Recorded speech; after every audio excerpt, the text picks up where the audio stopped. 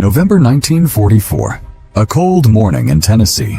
A young German woman walked into an American military examination room.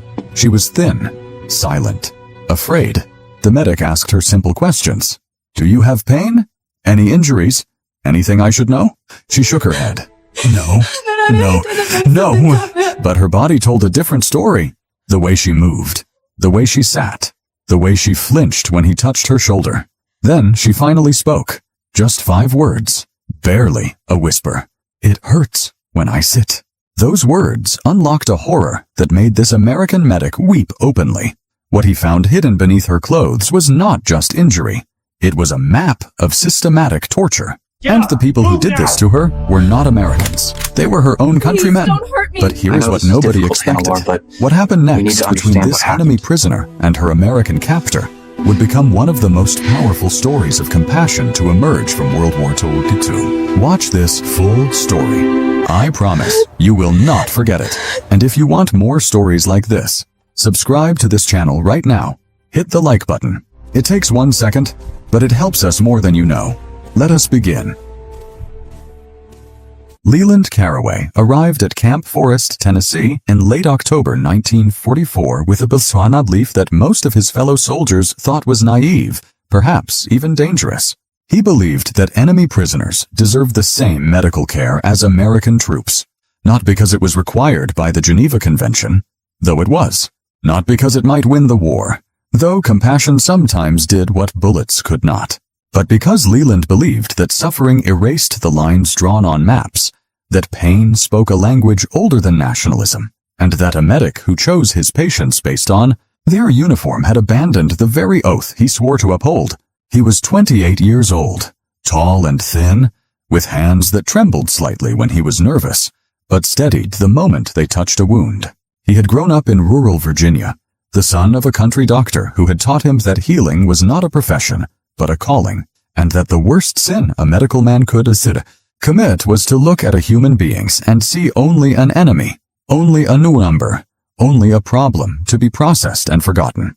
Camp Forest itself sprawled across more than 85,000 acres of Tennessee woodland and open field. It had been built rapidly in 1941 as America prepared for warmth, and it showed the signs of hasty construction everywhere. Barracks that leaked when it rained, medical facilities that were functional but far from modern, supply systems that worked most of the time but occasionally failed in ways that required improvisation and creativity. By November 1944, the camp held over 12,000 prisoners of war, mostly German and Italian soldiers captured in North Africa and Europe, men who had been shipped across the Atlantic in crowded transport ships and deposited into the American heartland, far from the battlefields where they had fought. But the women were different. Female prisoners of war were rare, complicated, and the camp administration had been preparing for weeks for their arrival. Special barracks had been designated. Female guards had been requested, though not enough had arrived. Medical protocols had been written and rewritten as officers tried to anticipate needs they had never encountered before. Leland had volunteered specifically for this assignment when he heard about it. His commanding officer, a gruff captain named Vickers, had looked at him with open suspicion. "You understand, these are Germans, Caraway. Women who served the Nazi war machine. They're not victims. They're enemies." Leland had met his gaze without flinching. "They're patients, sir, and if they're wounded or sick, they're my responsibility." Vickers had approved the assignment, but his expression suggested he thought Leland was too soft for military medicine, too idealistic for the real work of war. Perhaps he was right. But Leland had seen enough suffering in the past 3 years, had treated enough shattered bodies and traumatized minds, to know that cruelty was easy and compassion was hard, that the hard things were usually the ones worth doing. The night before the women were scheduled to arrive, Leland walked through the medical facility, checking supplies, preparing examination rooms, making lists of what he would need. The air was cold, carrying the scent of wood smoke from the barrack stoves and the sharper smell of disinfectant from the freshly scrubbed floors. He could hear the distant sounds of the main camp, guards calling to each other, trucks rumbling past, the low murmur of thousands of men confined behind barbed wire. He thought about what these women might have experienced. The war in Europe had become a grinding nightmare of bombing raids and collapsing armies, Cities had been reduced to rubble. Millions of people had been displaced, starved, killed. The Nazi regime, facing defeat, had grown more desperate and more brutal. And the women who had served that regime in whatever capacity, as clerks, as radio operators, as nurses, as auxiliaries, had likely witnessed horrors that would mark them for life. Leland had studied some German in preparation, using a battered phrasebook, and practicing with a German-American translator at the camp. His accent was terrible, his grammar uncertain, but he could ask basic medical questions and understand simple answers. It wasn't much, but it was something. It was an effort, and he believed that effort mattered. When the transport trucks finally rolled through the gates the next morning, November 14, 1944, Leland stood outside the medical building and watched the women climb down. There were 43 of them in this first group. They looked exhausted, frightened, and painfully thin. They wore a mixture of worn civilian clothes and pieces of military uniforms. Some carried small bags. Most carried nothing at all. What struck Leland most was their silence. These women did not speak to each other, did not look at the guards, did not react to the commands shouted in English and broken German. They simply moved through the processing with the blank efficiency of Tibeto people who had learned that compliance was survival, that invisibility was safety, that hope was a luxury they could no longer afford. And Leland understood, watching them, that his real work was about to begin. The medical examinations began on the second day.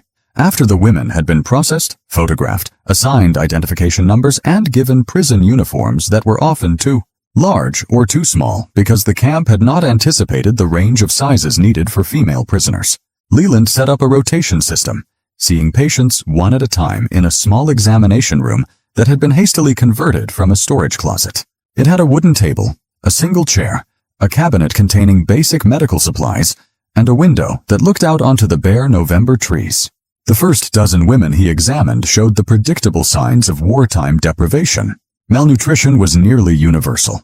Their bodies carried the evidence of months or years without adequate food, with visible ribs, hollow cheeks, and a general thinness that suggested their bodies had begun consuming themselves for fuel.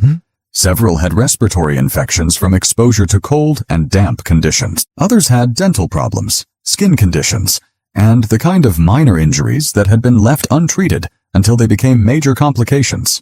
Leland documented everything carefully, prescribed what treatments he could with the limited supplies available, and referred the more serious cases to the camp physician, Dr. Oswin Carmody, a white-haired veteran of the First World War who had seen enough suffering to fill several lifetimes. But on the afternoon of the second day, November 15th, a young woman was brought to his examination room who was different from the others in ways that Leland could not immediately name, but could absolutely feel. Her identification card listed her as Hannelore Seidel, age 23, former clerk and radio operator at a coastal defense installation near Rostock. She had been captured by British forces in May 1944 and transferred through several POW camps before being selected for transport to America. The moment she entered the room, Leland noticed the stiffness in her movements, as if her body were made of something more fragile than bone and muscle, something that might shatter if she moved too quickly or bent in the wrong direction. She walked with careful, measured steps, keeping her spine unnaturally straight, and when she sat down on the examination table at his gesture, she did so slowly, with visible hesitation, and then shifted her weight immediately, as if the position caused her discomfort. Her eyes never met his, not once. She stared at the floor with such intensity that Leland found himself glancing down to see if there was something written there, some message that only she could read. Her hands were clasped tightly in her lap, the knuckles white with pressure, and her breathing was shallow and controlled, like someone who had learned to make herself as small and quiet as possible. Leland spoke to her in his halting German, introducing himself, explaining that he was going to perform a basic medical examination, asking her if she understood. Hannelore nodded once, a tiny movement of her head, but said nothing. Her silence was not the simple quiet of shyness or language barrier. It was something deeper, more deliberate, a silence that felt like a wall built brick by brick to keep the world out and her secrets in. He asked her the standard questions. Did she have any pain? Any injuries? Any medical problems he should know about? To each question, Hannelore responded with either a small shake of her head or a barely audible 9 that seemed to cost her enormous effort to produce. Her voice, when it came, was rough and unused, like a door hinge that had rusted from lack of movement. But Leland had been trained to observe, and observation was revealing things that Hannelore's words were trying to hide. When he asked her to take a deep breath so he could listen to her lungs, she complied, but he noticed the way she winced slightly, the way her left shoulder seemed to lock when she tried to expand her chest fully. When he gently touched her shoulder blade to position his stethoscope, she went rigid, her entire body tensing like an animal expecting a blow. "Does this hurt?"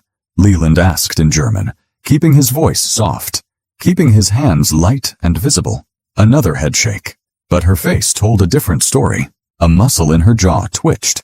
Her breathing had become even more shallow, and when Leland pressed gently on the shoulder joint itself, asking her to move her arm forward and back, the movement was restricted, painful, and accompanied by a sound she could not quite suppress.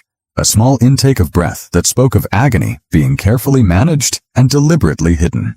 According to the Geneva Convention, prisoners of war were required to receive medical care equivalent to that provided to the captor nation's own forces. In practice, this meant that Leland had both the authority and the obligation to conduct thorough examinations, to document all injuries, to provide treatment. But he also understood that authority meant nothing to someone who had learned to fear it, that obligation could not override the deep human instinct to protect oneself by hiding.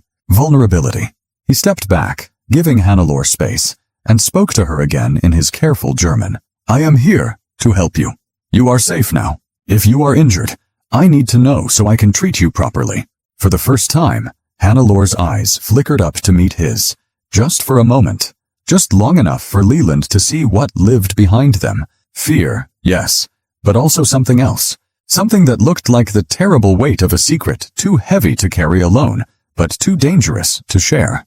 Then her gaze dropped again to the floor, and the wall rebuilt itself, and the silence returned, thicker than before.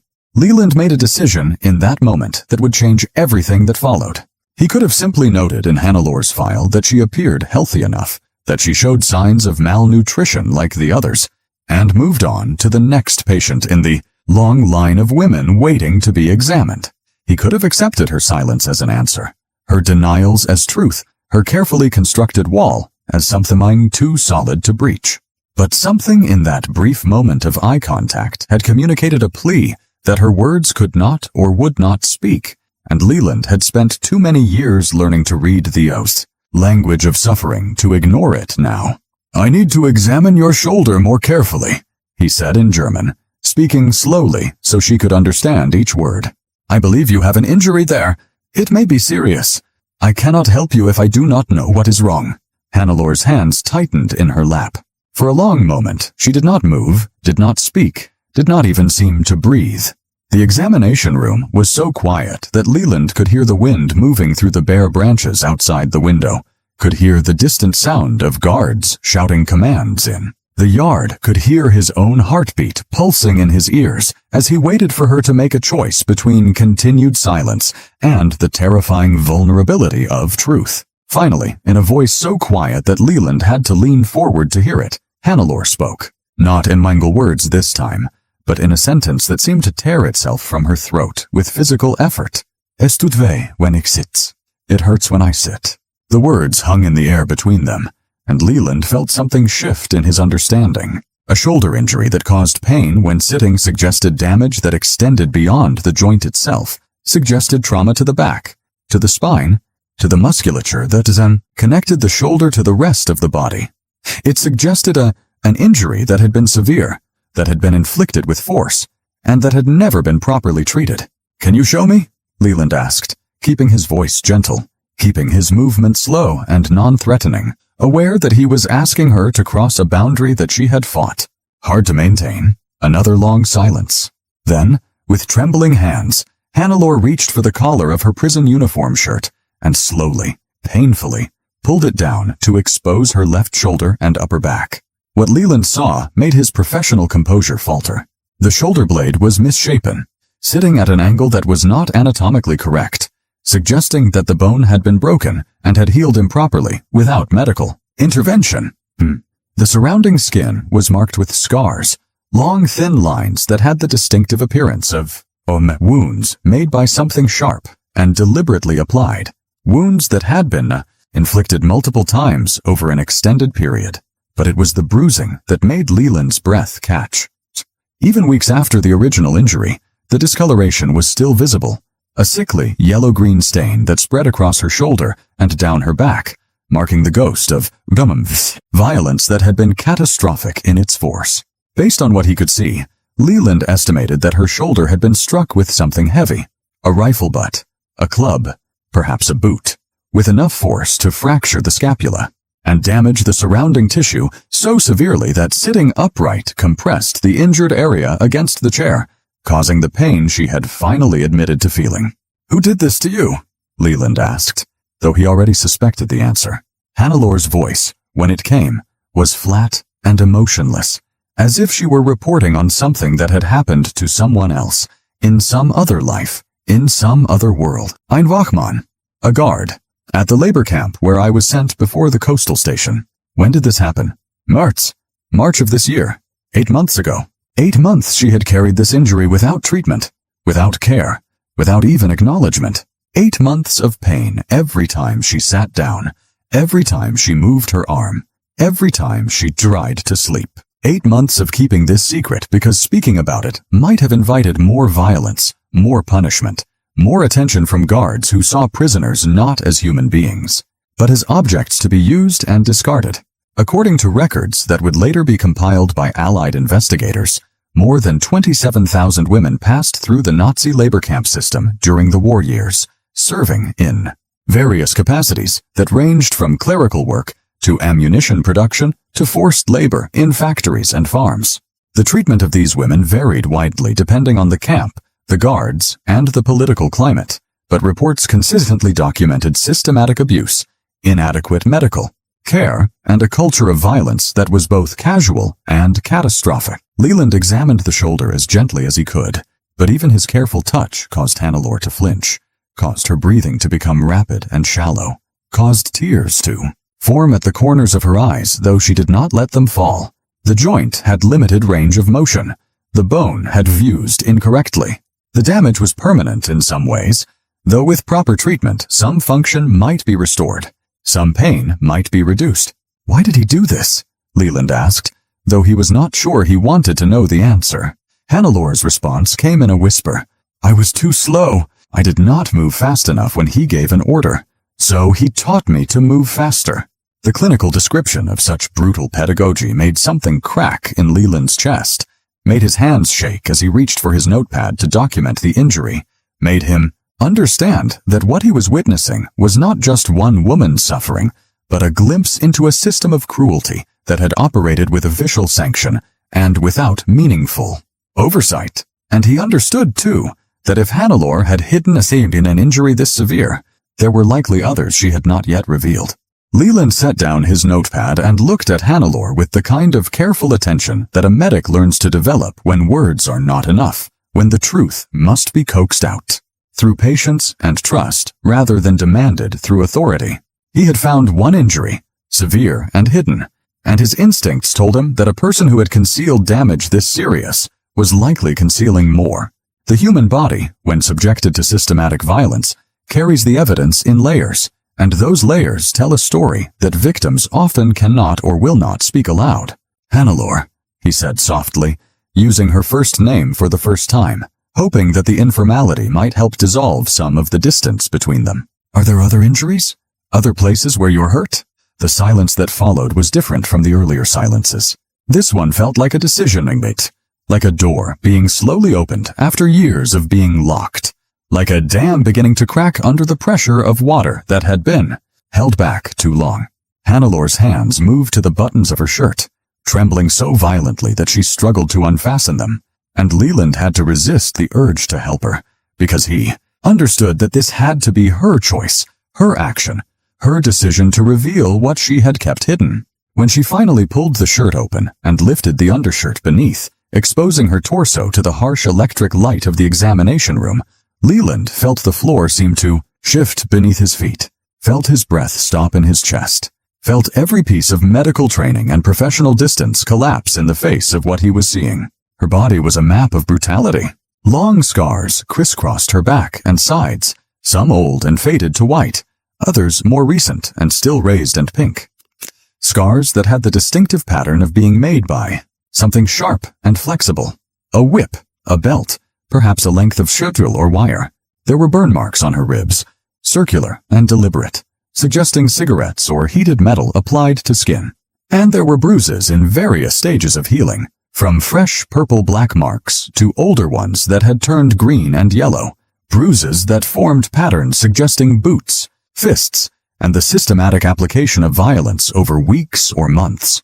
But worse than the visible injuries were the signs of what had been done to her internally. Her ribcage was grotesquely visible, each bone defined beneath skin that had lost almost all its fat, suggesting malnutrition so severe that it bordered on starvation. According to medical standards established by the International Red Cross in 1944, the minimum caloric intake for an adult female performing light labors was 2,000 calories per day. Leland estimated, based on Hannelor's condition, that she had been receiving perhaps half that amount for months, possibly less.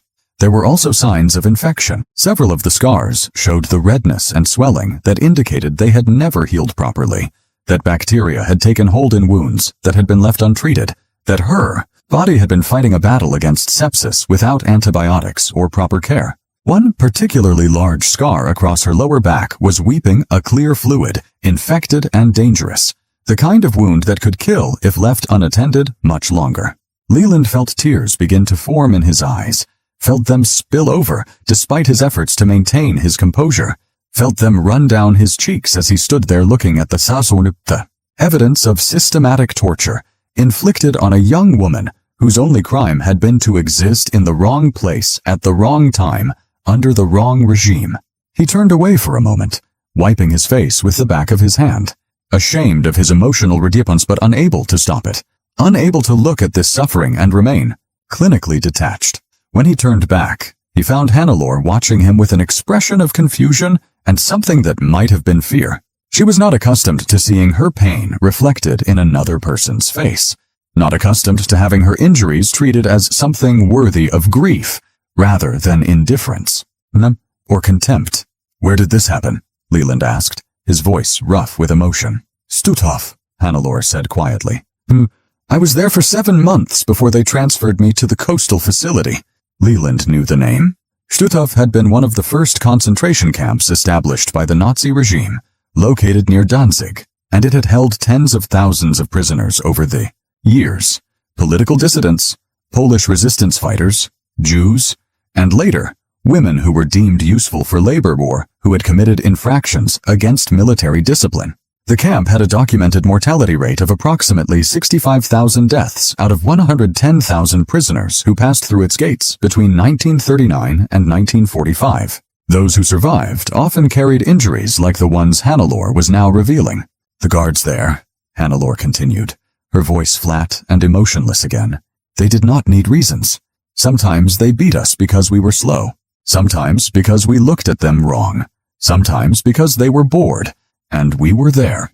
The casualness of the violence, the bureaucratic normalization of torture, the complete absence of accountability, these were the features of a system that had abandoned any pretense of human decency, that had given ordinary men extraordinary power and encouraged them to use it without mercy or restraint." Leland reached for his medical bag with shaking hands, pulling out antiseptic, bandages, and the limited antibiotics he had available. He would treat these wounds. He would document every injury. He would make sure that someone, somewhere, knew what had been done to this woman, and he would make certain that it would never happen to her again. The weeks that followed were a slow journey from darkness towards something that resembled light. Leland referred Hannelor to Dr. Oswin Carmody for comprehensive treatment of her more serious injuries, and together they developed a care plan that addressed both her immediate medical needs and the longer-term damage that years of abuse and malnutrition had caused. The infected wound on her lower back required daily cleaning and antibiotics, which were in limited supply but which Carmody authorized without hesitation after seeing the extent of her injuries. The malformed shoulder blade could not be fully corrected without surgery that was beyond the camp's capabilities, but physical therapy exercises helped restore some range of motion and reduce the constant pain that had become her companion. The nutritional recovery was perhaps the most visible transformation. Camp regulations required that prisoners of war receive rations equivalent to those provided to American-based troops, approximately 3,500 calories a day for men and 2,800 for women performing labor. For Hannelore, whose body had been surviving on perhaps 800 to 1,000 calories daily during her time at Stutthof, this abundance of food was almost overwhelming. In the first 2 weeks, she struggled to eat more than small portions, her stomach having shrunk to accommodate starvation, her digestive system no longer accustomed to processing adequate nutrition. But gradually, meal by meal, her body remembered what it meant to be fed, and the hollow cheeks began to fill out. The visible ribs began to disappear beneath returning flesh, and the constant exhaustion that had marked her movements began to lift. Leland visited her regularly during this period, conducting follow-up examinations that were partly medical necessity and partly something else, something harder to name. He found himself thinking about her case during his off hours, wondering how she was sleeping, whether the nightmares that she had mentioned in passing were becoming less, whether the trust that seemed to be slowly building between them was real or merely the temporary gratitude of a patient toward a caretaker. By January 1945, 3 months after her arrival at Camp Forest, Hannelore had gained nearly 20 pounds, and her physical wounds had mostly healed, leaving scars that would never fully fade, but that no longer carried the immediate danger of infection or further damage. She had begun to participate in the daily routines of camp life, working in the laundry facility alongside other female prisoners, attending the educational programs that the camp offered, and slowly, cautiously, forming connections with women who had experienced similar traumas and who understood without explanation what she had survived. It was during a routine examination in late January that Hannelore asked Leland a question that stopped him completely, that made him set down his stethoscope and look at her, with an attention that went beyond the medical, that engaged him as a human being, rather than simply as a healthcare provider. "Why do you care so much?" she asked in German, her language skills having improved enough that she could now form complex questions, could now express thoughts that went beyond simple answers to simple questions. "I was your enemy. My country tried to destroy yours. I served the people who killed your soldiers. Why do you treat me like I matter?" Leland sat down on the small stool in the examination room, bringing himself to her eye level, removing the physical hierarchy that usually existed between standing doctor and seated patient. He considered her question carefully because he understood that she was not asking out of mere curiosity, that this question carried within it the weight of everything she had experienced, all the dehumanization and cruelty and violence that had taught her that she did not matter, that her suffering was insignificant, that her life had no value beyond what labor could be extracted from her body. "Because you are a human being," Leland said finally, speaking slowly so that his German would be clear, "and because what was done to you was wrong. It does not matter what uniform you wore or what country you served. No person deserves to be tortured. No person deserves to be starved. No person deserves to have their body used as a place for others to express their cruelty." Hannelore listened to his words with an intensity that suggested she was not merely hearing them, but testing them, weighing them against everything she had learned about the world, trying to determine whether they could possibly be true. "But I am German," she said. "Your newspapers say we are all monsters. Your propaganda says we deserve to suffer for what our leaders have done." Leland shook his head. "You are not responsible for the crimes of your government. You are a young woman who was caught in a terrible war and who was hurt by people who had power over you. My job is to heal you. My choice is to see you as a person. These are not things I do despite you being German. These are things I do because you are human." Something shifted in Hannelore's expression then. Something subtle, but profound, like a wall that had stood for years finally beginning to crumble. Her eyes filled with tears, and for the first time since Leland had met her, she allowed them to fall without shame, allowed herself to cry openly in the presence of another person, allowed the grief and trauma and accumulated suffering to pour out of her in sobs that shook her thin shoulders. Leland did not try to stop her tears or offer empty comfort. He simply sat with her, present and patient, bearing witness to her pain, understanding that this release was itself a form of healing that no medication could provide. The war in Europe ended on May 8, 1945, and in the months that followed, the machinery of imprisonment began to reverse itself. Prisoners who had been held for years started receiving notices of repatriation, processing dates, transport schedules that would carry them back across the Atlantic to a Germany that had been transformed into a landing World War II, housed in more than 700 camps across the country. The treatment of these prisoners varied considerably, but the official policy established by the War Department emphasized humane treatment in accordance with the Geneva Convention, and many former prisoners would later describe their night in American captivity as surprisingly decent, sometimes even transformative. The medical care provided at camps like Camp Forest represented America at its best, a nation capable of extending compassion even to those who had served enemy regimes. Hannelore read through the notebook slowly, her lips moving slightly as she worked through Leland's German, tears streaming down her face, but a smile forming at the corners of her mouth. When she finished, she looked up at him with an expression that contained gratitude beyond what words could capture, an acknowledgement that he had given her something more valuable than medicine or treatment, that he had given her back a belief in human kindness that the camps had nearly destroyed. "I will never forget you," she said simply.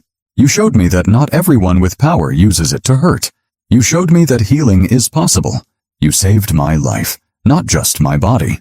Leland walked her to the transport truck on the morning of her departure, standing among the other medical staff who had gathered to say goodbye to patients who had become, in some strange way, part of their extended family. As Hannelore climbed into the truck, she turned back one final time and raised her hand in a small wave, and Leland raised his in return, holding the gesture until the truck disappeared down the dusty road and out of sight.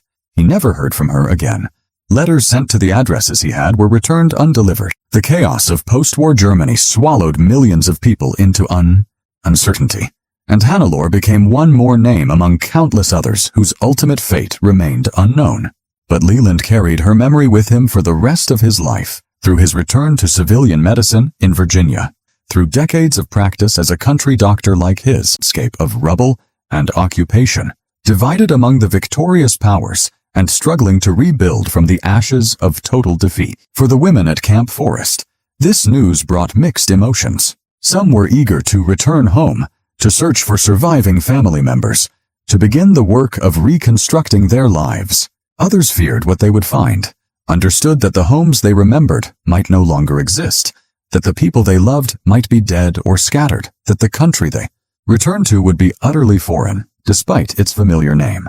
Hannelore received her repatriation notice in August 1945, informing her that she would be transported to New York, and then shipped to the British occupation zone in northern Germany, where she would be released to civilian authorities and allowed to make her way to whatever remained of her former life. She brought the notice to Leland during one of their regular meetings, now held not in the examination room, but in the small garden behind the medical facilities where they had begun taking walks together during his break periods. Leland read the notice and felt something complicated move through his chest, a mixture of relief that she would be free and sorrow that she would be gone, a recognition that the connection they had built over these months would soon be severed by an ocean and by the vastly different futures that awaited them. He had grown attached to her in ways that troubled him professionally, but that he could not deny personally.